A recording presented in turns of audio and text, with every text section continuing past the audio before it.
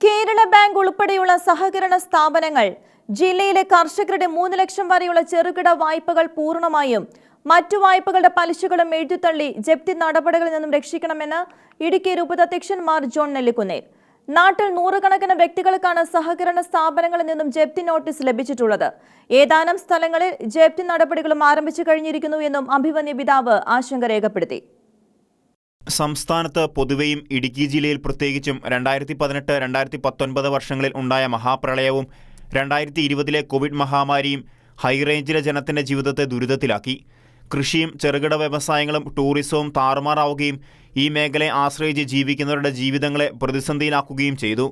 ഇതിൻ്റെ ഫലമായി ജില്ലയിലെ 65,000-ഓളം ആളുകൾ വിവിധ ധനകാര്യ സ്ഥാപനങ്ങളിൽ നിന്നും എടുത്ത വായ്പകൾ തിരിച്ചടവ് മുടങ്ങി പലിശയും പിഴപ്പലിശയും വർദ്ധിച്ച് മുതലിനൊപ്പമായിരിക്കുന്ന ദയനീയ സാഹചര്യമാണ് ഇന്നുള്ളതെന്ന് ഇടുക്കി രൂപതാധ്യക്ഷൻ മാർ ജോൺ നെല്ലിക്കുന്നേൽ ചൂണ്ടിക്കാട്ടി.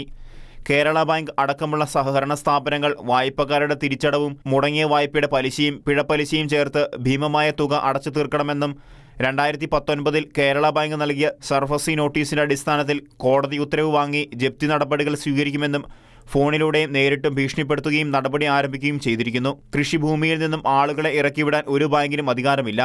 ഇത്തരം നടപടി ഒരു തരത്തിലും സാധാരണക്കാർക്ക് ഇടുക്കിയിൽ ജീവിക്കാൻ സാധ്യമല്ലാത്ത വിധം ദുരിതപൂർണമാക്കുകയാണെന്നും നെല്ലിക്കുന്നേൽ പിതാവ് പ്രസ്താവനയിൽ അറിയിച്ചു.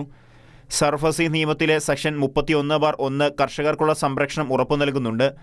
അതുപ്രകാരം കൃഷിഭൂമി ഈ നിയമത്തിന്റെ പരിധിയിൽ വരില്ലെന്ന് കൃത്യമായി പറയുന്നുണ്ട്. എന്നാൽ ബാങ്കുകൾ അത് മറച്ചുപിടിച്ച് നിയമവിരുദ്ധമായി കർഷകരെ ഇറക്കിവിടാനാണ് ശ്രമിക്കുന്നതെന്നും കൂട്ടിച്ചേർത്തു.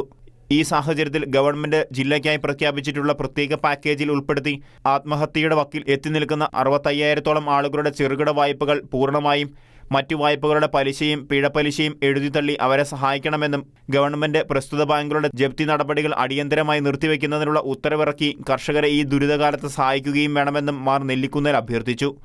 Shekinah news, Idukki.